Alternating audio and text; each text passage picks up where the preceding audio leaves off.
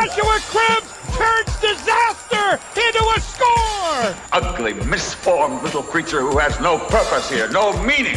I am a human being. Washed it down with 1 beer, 2 beers, 3 beers, a shot of whiskey, a margarita, and a Bloody Mary.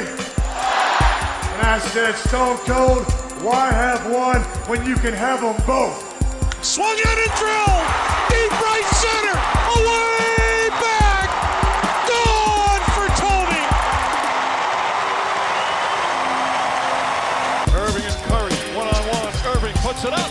It's good! Kyrie Irving from downtown! Senator Hillary Rodham Clinton? Awful. How is she awful? Hates freedom. And now, Any Given Podcast with your hosts, Brendan Ward and Ethan Simpson. Iguodala to Curry, back to Iguodala, up for the layup! Oh, blocked by James! LeBron James with the rejection! Hello, everybody, and welcome on back to another episode of Any Given Podcast. I am one of your hosts, Brendan Ward. I got my main man Ethan Simpson. How you doing? with me over there in Kent, Ohio.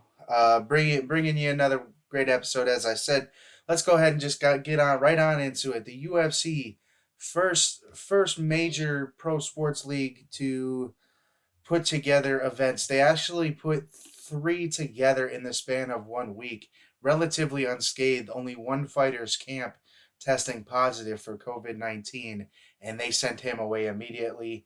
That was the one hiccup they ran into the day before their big UFC 249 event. And then other than that, there's been no reports afterwards or anything like that about anybody even testing positive. So it's been a really good sign. How do you feel about UFC coming back and what it tells about maybe the future of pro sports going forward?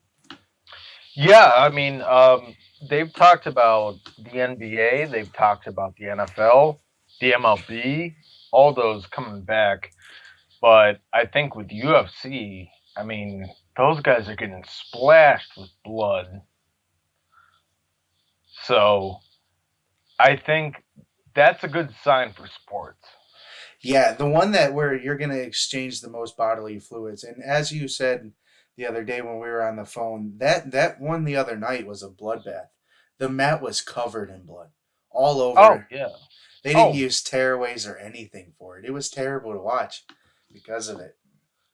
And those were, I think there were 3 featherweights. Yeah, all really good fights, but like you said, the exchange of bodily fluids, especially in a disease that's as contagious as this one, was something that I was really worried about, that you obviously mentioned you were worried about. And for them to come out pretty healthy afterwards, it's promising. Yeah, and we also talked last night about all the zombie movies that they keep showing. So you get any kind of blood in your mouth, you're done so. It's a little less sympathetic by the TV show companies and stuff like that, showing all these zombie movies when they know this is that'd be like the worst nightmare for 2020. Right? Like, come on, man. That's all I can say. Randy Moss, come on, man. June 2020, we're gonna have the zombie apocalypse. It might happen, but you know what? As long as I got Marcellus Wallace with me, I think I'd be good. I'm gonna go for I don't know, maybe the guy that played the Mountain in Game of Thrones or something. I want protection. I want to make sure nobody's coming at me. Oh, I totally get it. And speaking of the coronavirus and all that, Carlos Carrasco on his MLB future and the coronavirus pandemic, he said he definitely wants to play baseball. Like I said earlier, I feel like most baseball players deep down want to play baseball. The real thing is when you're going to be making pennies on the dollar, it's going to be real hard to get some of those bigger names back. Bryce Harper's not going to come back if you tell him he's only going to make $5 or $10 million this year, because he's signed for 30 some. Go on. Sorry about I that. was just gonna say it's unfortunate because it's like you said, it's something you want to see. It's something I want to see. It's something I think every single baseball player in the league wants to see. But I truly think money is probably what's still holding it up. And it's something that the NFL I thought would happen with them, but it seems unlikely that's happening just simply because they're starting to continue to move forward with everything business as normal. The NFL has been one bright spot in this entire thing just because they haven't stopped. But the fact with Bryce Harper is he didn't have cancer like Carlos Carrasco did. Oh, and I get that for sure. Carlos Carrasco is at grave risk, even if this didn't happen. With this happening, it's even worse. So for him to come out and say he wants to play baseball, it adds that extra thing. So like he's like, even though this could for sure kill me if I got it, I'd still rather go out and play baseball. And it's the opposite of what Roman Reigns did with wrestling, because he's got leukemia too. But he was like, no, I'm not doing it, and he hasn't been seen since they started canceling everything. Yeah, no, but that's like I think that's like the baseball mentality is to go out there and just because these guys live baseball. They got out of third world countries because of baseball. Exactly. I won't say 90%. I would say probably 60% of all of baseball is somebody that came from a foreign country and had to work their ass off to get out of that country. And now they're here and they want to do their thing. The thing with that is, I think baseball lends for the best opportunity to follow all these guidelines. Like as long as they're not sitting on top of each other in the dugout, they should be fine, right? There's 90 Yeah. feet between each fucking play, each player on the field. Yeah, no, totally. And that's like one of the things, like you just said, they social distance so crazy. The closest you're gonna get is if two guys chase the same ball. Yeah, right? Or they run into each other. Something like that. Yeah. And speaking of social distancing, Kevin Harvick won the first race back in Darlington this Sunday. Let me get your thoughts on that. First it was really great to tune into racing. I've always been like a casual racing fan, but lately it's kind of been like, oh, there's nothing on. Racing would be great right now, and it never really made sense for me why they were one of the few places that ended up shutting down. They were one of the few places where I was like, why is this happening? Just simply because, yeah, exactly. You see me over here with You've got one guy going 200 miles an hour in a car, and sure, he has a pit crew, but just like in the dugout in baseball, with my point about that, that pit crew could stay apart until it's time to work on a car, and then at that point, they each have their own station, which is pretty distant apart. If you're changing a tire, you're a car's length apart from each other. If you're putting gas, sure, your ball sack is by someone's face, but you're not really all up on them, and you're still following pretty decent social distancing, if you know what I'm saying. So I felt like they could really come back too, and it showed. Sunday's broadcast went off without a hitch, and like I said, the broadcast wouldn't really change too much, but I do like some of the things they did. At a moment when we were talking, they were on the phone with Donald Trump for like 45 minutes to an hour, just watching a race and letting Donald Trump say his piece. And then they brought in comedians like David Spade and Rob Schneider, and just to talk about having something back and to give people hope and stuff like that. So I think Sunday for NASCAR, and the fact that they're going to be doing 2 races a week for the next 5 or 6 weeks is really good, considering by the end of that, that's probably when we'll start seeing baseball and basketball return. Yeah, and it said Kevin Harvick beat Alex Bowman, sorry, who's also racing the 24 car, like I just showed. So, yeah, I mean, if the president's on board and comedians and all those guys, why not? Yeah, it just made for an interesting broadcast. it was more than just watching a race with no fans. It was now I'm watching a race where it felt a little more important. I'm listening to the president of the United States pretty much talk and hold a press conference in the middle of a race while it was still going on. It was something that I've never seen before, but I think going forward, it's something that I really think the NFL or maybe the NBA should pull off, getting different like Hall of Fame coaches maybe to call during a game. Let's say you get Jimmy Johnson to call up during the Dallas Cowboys broadcast, or by all means, I'm not sure what coach you could think of the Browns could call, but if they called Bernie Kosar in the middle of a game and Bernie started talking about what Baker Mayfield was doing on the field, I just think that could do wonders for any sort of broadcast, especially ones that we're going to head to soon where there's probably not any fans. Oh yeah, for sure. I can totally agree with that. So, speaking of the president being on almost said the podcast, not the podcast, being on the race. How about James Harrison? James Harrison, you're talking about the him saying he got paid by Mike Tomlin. Yes, really, Yeah. really insane if you just think about it. Back in the day, the Saints were obviously caught for Bountygate, which is very similar to what is being claimed that happened. Now, a lot has come out lately where Tomlin's like, no, that's just not true. James Harrison was like, yeah, I was fibbing. Massaquoi obviously hasn't made a statement, but I haven't heard about Mohamed Massaquoi since he left the Browns. Yeah, and you know me, I'm a big Kent State guy, so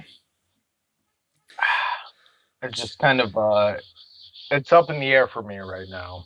James Harrison is 100% a gray area for you, and I get it. A Pittsburgh Steeler through and through, but also a guy who did wonders for that Kent State football team. And that's the thing with me, James Harrison, as hated as he is to someone like you and me, for being a Pittsburgh Steeler.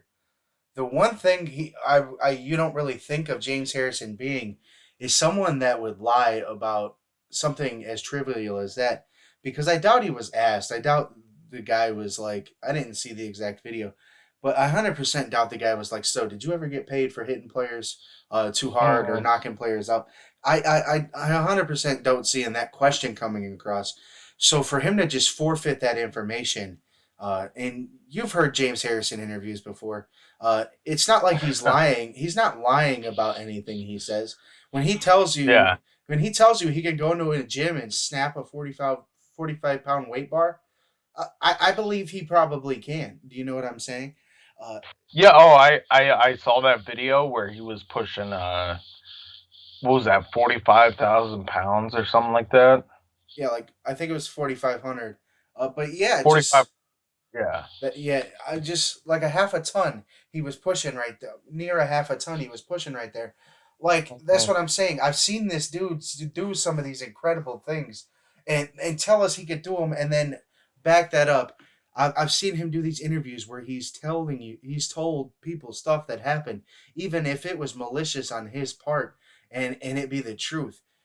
I just don't really know like what they benefited from knocking somebody on the Browns out, especially at that time. The Yeah. Browns were a 4-win team probably that year. You had what, Greg Little and Muhammad Massaquoi on the outside, Colt McCoy at quarterback. You might have even had Brandon Whedon at quarterback at the time. The Browns weren't winning anything back then. The Steelers were good. They didn't need that extra thing. They didn't need to knock out Muhammad Massaquoi. Like, yeah, I thought Muhammad Massaquoi at the time was a pretty decent receiver. I didn't think he was setting the world on fire, but I thought he was good enough to be in the NFL. But he was still the Browns' number 2 or number 3. I'd be damned I'm paying somebody to knock out the number 3 guy. I want him playing the most. You know what I'm saying? Yeah, and what James Harrison said was the G's thing Mike Tomlin ever did. He handed me an envelope after that. Harrison said on Barstool's Going Deep podcast, I'm not going to say what, but he handed me an envelope after that. Like, it's obviously insinuating, and just hearing it being read, not even hearing it in James Harrison's voice, it definitely sounds like a gathered thought where he sat back and was like, "What's the realest thing Mike Tomlin ever did? The realest thing he ever did was hand me some money for knocking old dude out." And like, I'm not gonna sit here and deny that thing probably is happening in the NFL. That's why I 100% think the James Harrison thing is true. And I don't think that was the only time it happened. I just think that was the time it was named by James Harrison, specifically because that's one of the bigger hits we've ever seen in the NFL. It's one of those ones that stick out as soon as you hear Massaqua's name being spoken by James Harrison. You can picture that hit in your mind. You know exactly what happened, just like his hit on Josh Cribbs. Same with his hit on Colt McCoy. He's got a couple against the Browns, but that's what I'm saying.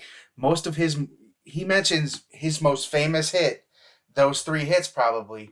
You picture them all in your head, and for him to be like, okay, picture this. At that time, Mike Tomlin gave me an envelope. I'm not gonna say what's in it. What the hell do you think is in it, James Harrison? No, he handed you an envelope with freaking Cleveland Cavaliers tickets. Go buy them. You make enough money for that. He handed you another $1,000 or $2 for that game. Well, they actually they bring up in this article about Bountygate. Yeah, because that's what it's always going to be compared to, because Greg Williams got caught when they won the Super Bowl. Hey, we don't talk about Greg Williams like that. I ain't got a problem with Greg Williams. Like I said, I just think you're blind or ignorant to the fact that it's happening if you don't believe it's happening. You know what I'm saying? That's like with the stuff with Zion last week. You're pretty ignorant if you don't think that a D1 college athlete's making some kind of money. Yeah, that is true. And it was like all that shit came out earlier this year with when the Browns played the Jets, and it was like they put out a bounty hit on Odell Beckham for his knees. Wasn't that's right. His knees. Beckham came out and said when he was in New York, that preseason game that he got hurt. Or the Giants, not the Jets. Yeah. Yeah, that preseason. It was like right before the Jets game, though. So you were right on there. But when he was in New York in the preseason and we heard him or whatever, he said that Greg Williams very much was telling people to break his legs and stuff like that. And that's what I'm saying. Like, in a middle school level or a high school level, it was always win at all cost. Do whatever you need to do, just don't get caught. You put that helmet right into that person's knee, but just don't get caught. Yeah. And that's how it is with competitive sports. So that was middle school and high school. I can only imagine the highest level of competitiveness there is in football in the NFL, because there's nothing as big as the NFL. Australian Football League will never be there. The Canadian Football League will never be there.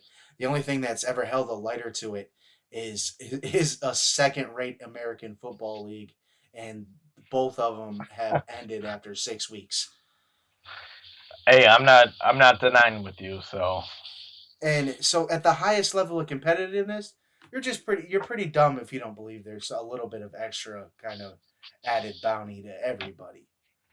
Oh, yeah, of course. I mean, as much as I hate to say it, even with the Browns, you know. I mean, what do you think incentive-based contracts are? Yeah. Those are bounties with freaking legal writing around them. Yeah, I mean. We'll give you an extra $5 million if you get 10 sacks. Guess what he's got to do to get those 10 sacks? Hurt some people. I mean, even with the Mason Rudolph shit. I mean, did you see the exchange that they had, bro? Beckham and Garrett? That was awesome. Yeah.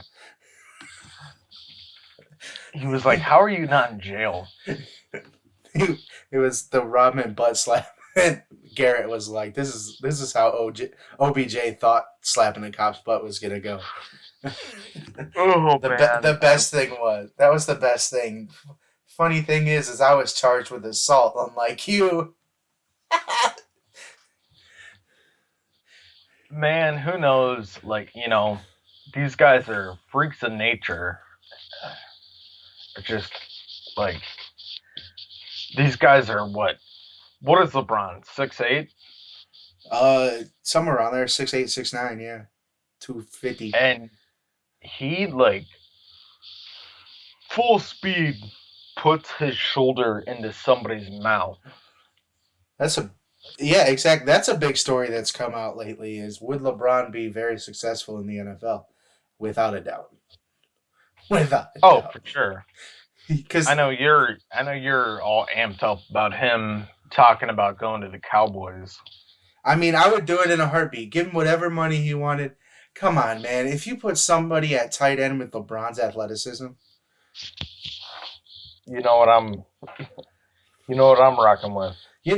I'm just saying. You know who was closest to that is Rob Gronkowski, and he played 6 years and is a certified Hall of Famer. Yeah. Could you imagine somebody and Gronk was fat compared to LeBron. LeBron probably runs on an on-field 4.4 or 4.5. Oh yeah, for sure. Big, strong. No doubt. Big, strong. There's no doubt about that. You've seen him on the court. Yeah. You know how it goes. Big, strong, can jump out of midair.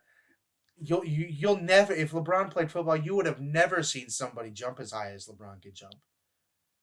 Maybe Calvin Johnson, but even then, I don't think so. Calvin Johnson was just strong enough to use his backside to get you out of his way. You see LeBron. LeBron goes 10 feet up in the air. That's my point. And it's not like he's standing at it. LeBron's vertical is probably somewhere around 3 or 4 feet, effortlessly. Oh yeah, for sure. I mean, no question about that. He's up there. I would even go to say 8 feet. You think he could jump 8 feet in the air? About 14 foot? LeBron?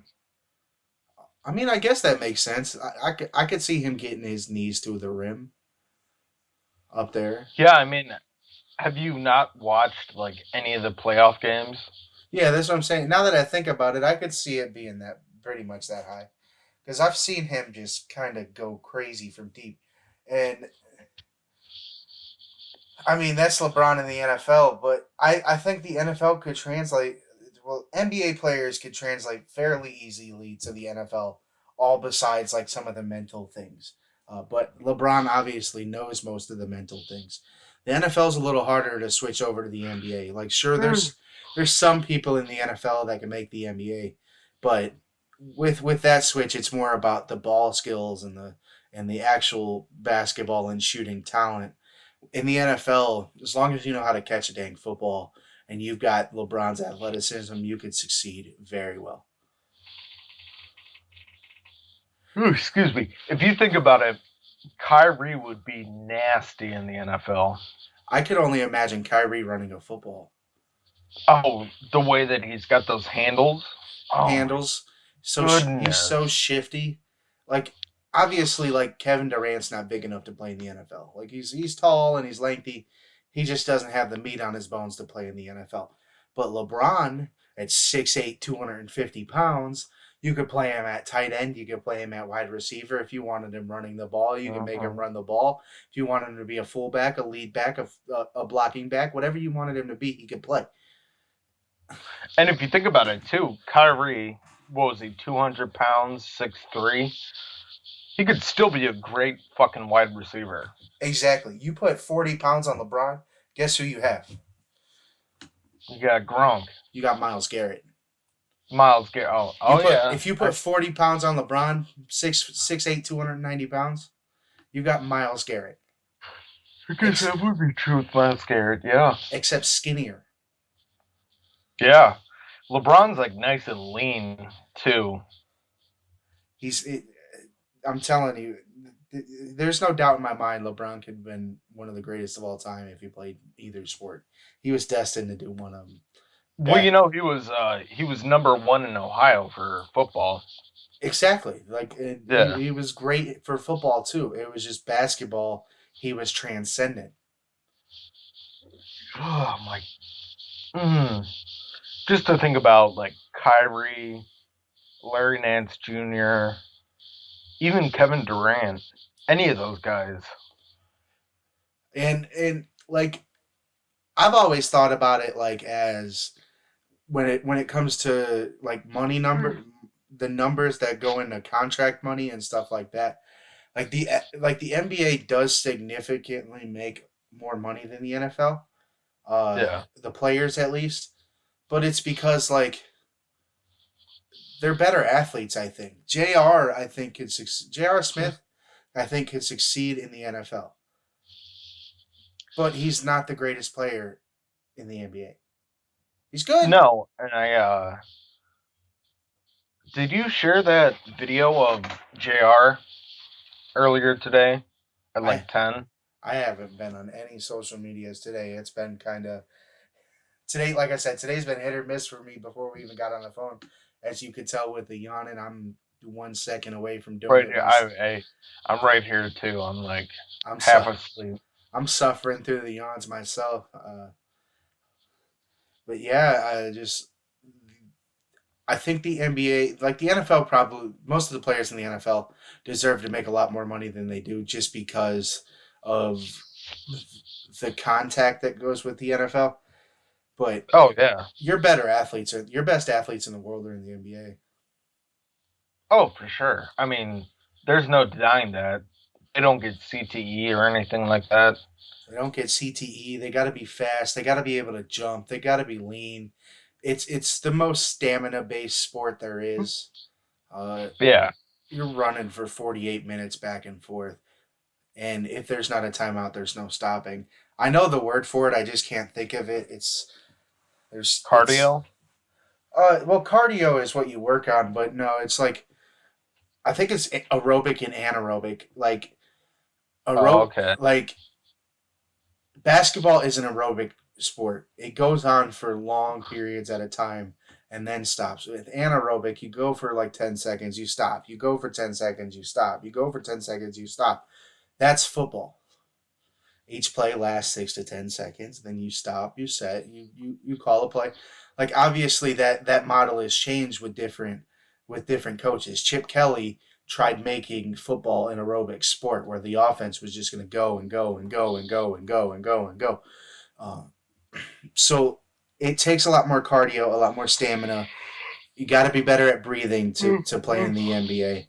So I think the translation to the NFL is a lot easier than it would be vice versa. Like some people can.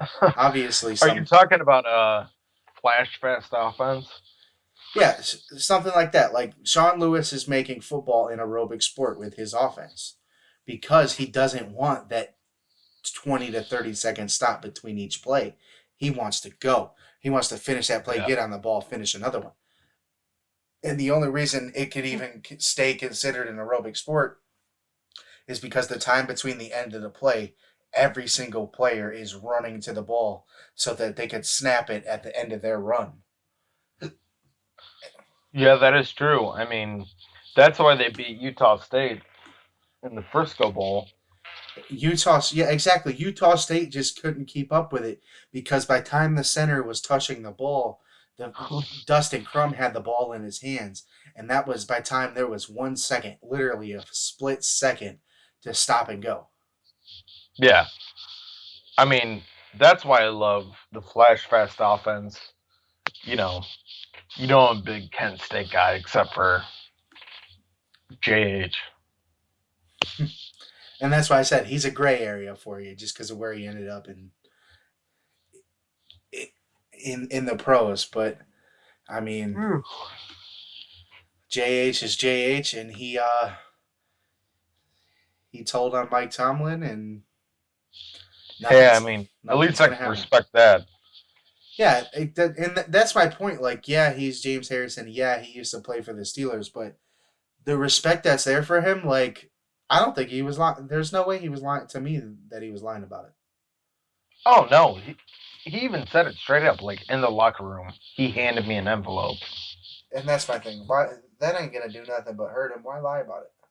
Like, I guess, Right. like, what are they gonna do? Fine him now? He's retired, but all that's gonna do is hurt his reputation. So, like, I mean, I guess none of us really thought he was gonna be a Hall of Famer in the first place, but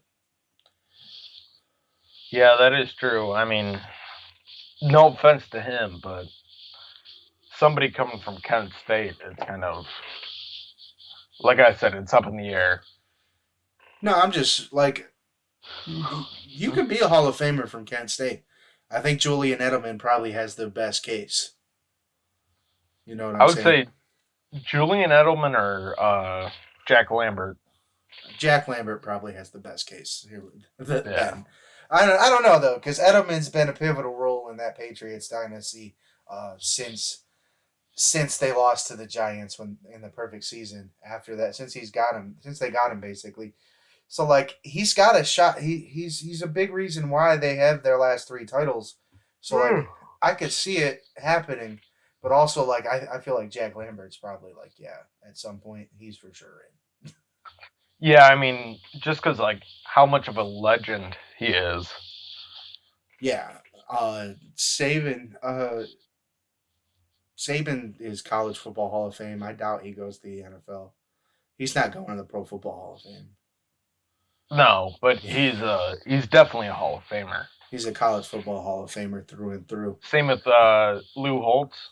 Yeah. He might get 2 of them.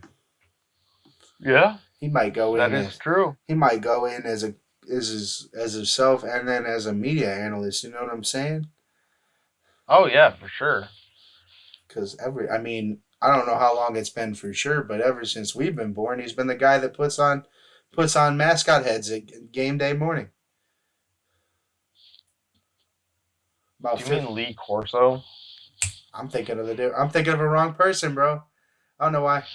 It took me a second. I was Yeah, like, you mean Lee Corso? I was thinking of the wrong He person. He went to OSU. Yeah. I got it now. Lou Holtz, Notre Dame. Yeah, head coach. I'm on the same person now. I was off for a second. I feel as though this fucking yawn is driving me insane.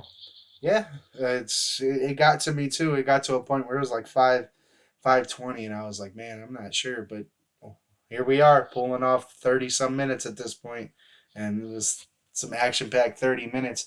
I wasn't sure there at the beginning. We were about 12 minutes in with only one with one topic to go, so I wasn't 100% sure. I was like, man, we're gonna release a 15-minute episode by the time it's done. I feel it. I was thinking the same thing too when we were talking about Carrasco and Kevin Harvick. I was like, here we go. We're gonna do like a short episode. Which would have been fine. We could have made it work, but I'm glad we pulled it over 30 minutes. You got anything else for him, my man? Nope. Marley's down here sleeping. That's about it. Marley says hi, even though he's sleeping. I don't have anybody to say hi. All I'll say is make sure you follow me at bwardcle. Follow Ethan. ETH Simpson CGOD. On Twitter. See, I got it that time. Got it that time. He didn't include his email. Give us a follow on the podcast sites at Podcast Given on Twitter, at Any Given Podcast on Instagram, Facebook.com/Any Given Podcast.